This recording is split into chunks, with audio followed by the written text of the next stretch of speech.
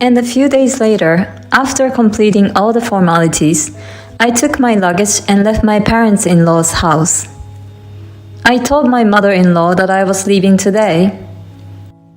I bowed to her as a gesture of a grown-up. Then my mother-in-law grinned at me again. She said, "You've been a lousy wife and a lousy mother from the beginning to the end." And then she told me that I'm the worst mother for leaving my kids. I don't know how much she can make fun of me. My daughter and son laughed when they heard what my mother-in-law said. My name is Maria, a 42-year-old housewife. I live with my husband Ken, my son Josh, and my daughter Amy. The children have grown up well, and my husband works hard, so we live peacefully without any particular problems. However, things have changed recently. My father-in-law passed away due to illness, and my mother-in-law moved in with us. My husband, who is the only son, felt sorry for his mother being all alone, and brought her to our house without consulting us. I had always thought that my husband was too much of a mommy's boy. But I didn't think he would decide for her to move in with us by himself. He told us that he had already sold his parents-in-law's house. "Are you asking me to abandon my mother who has nowhere to go?" my husband said to me with such an attitude, and I had to give in. After that, honestly, it was hell. My mother-in-law had not liked me for a long time, so she would pick on me at every opportunity. "Maria, what is this seasoning?" "Oh, I'm sorry. I'll be careful." "And I don't like greasy food." "Well, but we have children who are growing up fast, and my husband likes fried food too." "Then please make a separate meal for me." "I hope you don't mean to make me eat unhealthy food so I die early." "No, it's not like that, but it would cost more money and it's a bit of a hassle." "That's where your skills come in. Ken earns enough money, so why don't you manage the finance?" "And the hassle? You are so spoiled. When I was young, I took care of the house chores by myself, no matter how hard it was. What a pity that my grandchildren have to live in a house run by such a lazy mother. I feel sorry for them." I thought, if you have so much to say, why don't you do it? But I held back. Because if I tried to talk back even a little, my husband would get mad at me 100 times over. When I first moved in with my mother-in-law, she was so much of a wife beater that I objected to her saying, "If you're so opinionated, why don't you do it yourself?" Then my mother-in-law told my husband, and he got angry and said to me, "How dare you talk to her like that when I'm the one supporting you?" I thought about getting a divorce, but as a housewife, I wouldn't be able to take care of the children. They are my treasures, and I don't want them taken away from me. So I decided to endure the wife beating without objection.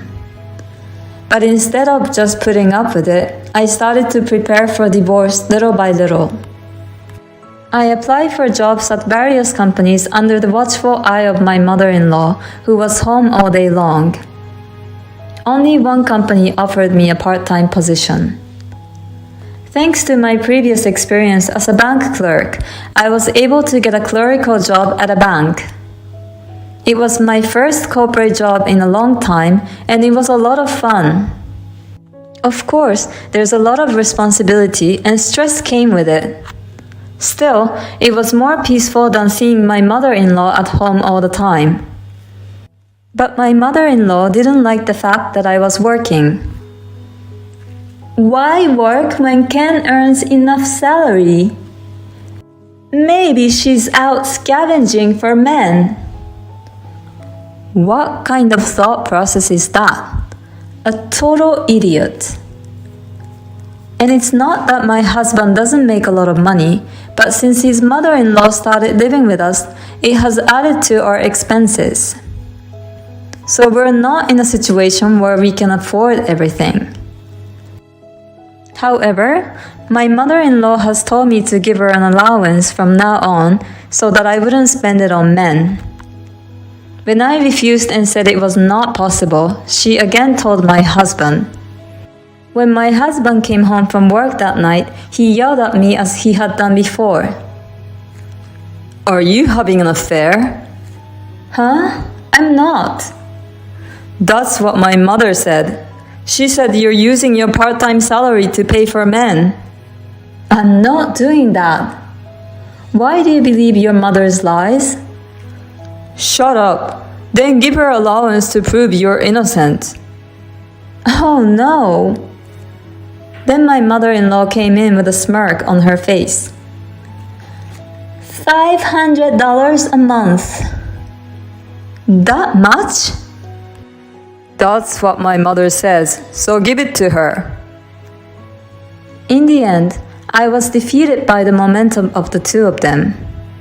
I had to give most of the money I earned from my part-time job to my mother-in-law as an allowance. To make matters worse, my mother-in-law told the children, "Your mother is a horrible adulterer," with a smirk on her face. Even junior high school kids know what that means.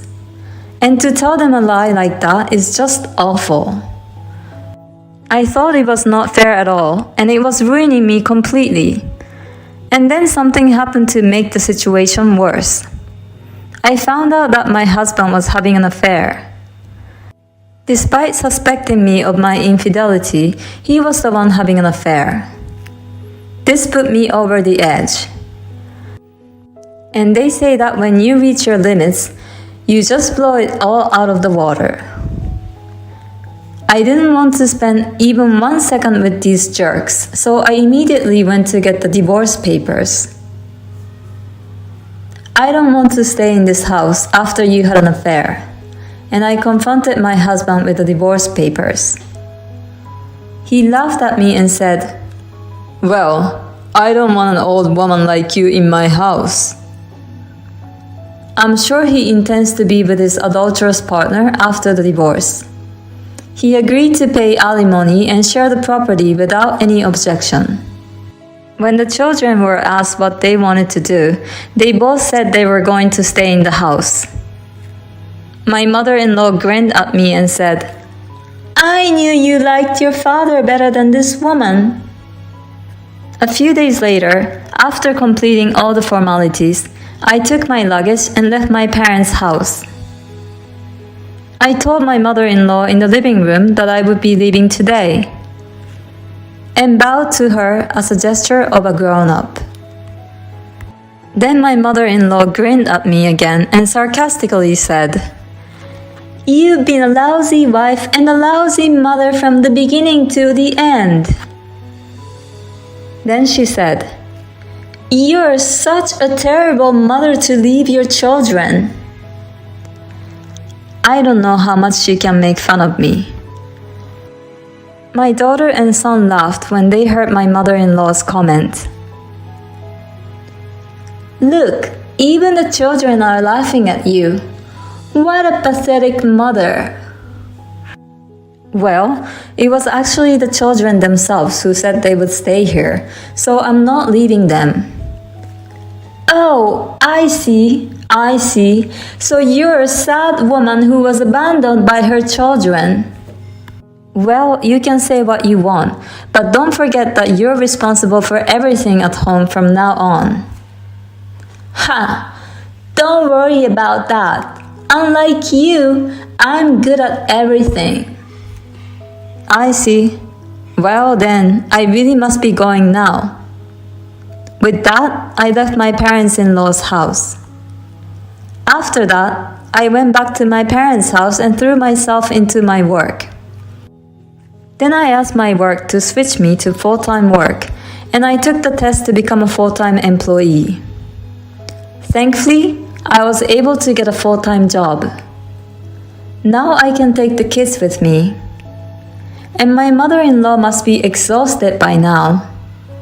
Sure enough, about 3 months after I left the house, my mother-in-law contacted me.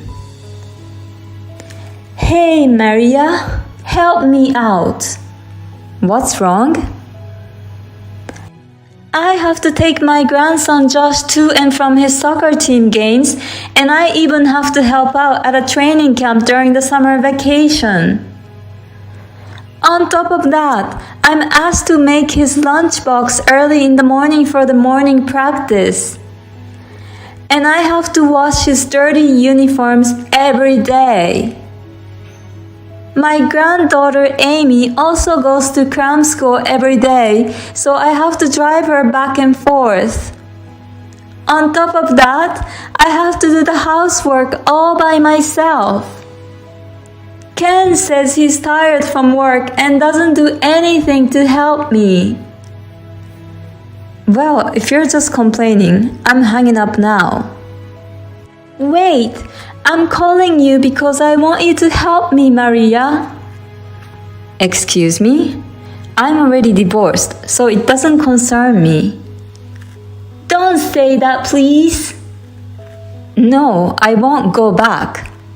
But I understand that you're in a situation that you cannot handle by yourself. I cannot entrust my precious children to you. I will take the children.